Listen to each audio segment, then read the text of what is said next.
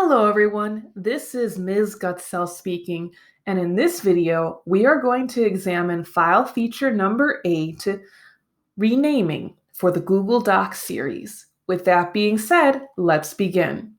So to access renaming the document, I actually have a few different options. The first one is left-clicking on File and scrolling down to Rename. It then highlights the name of the document, and I can add in any other information I feel is necessary for the document to be easily found within Google Drive.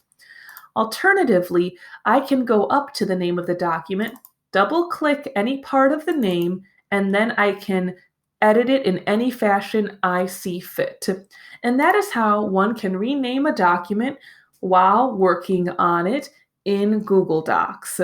Thank you for watching, and I hope this video helped you grow in your knowledge of technology.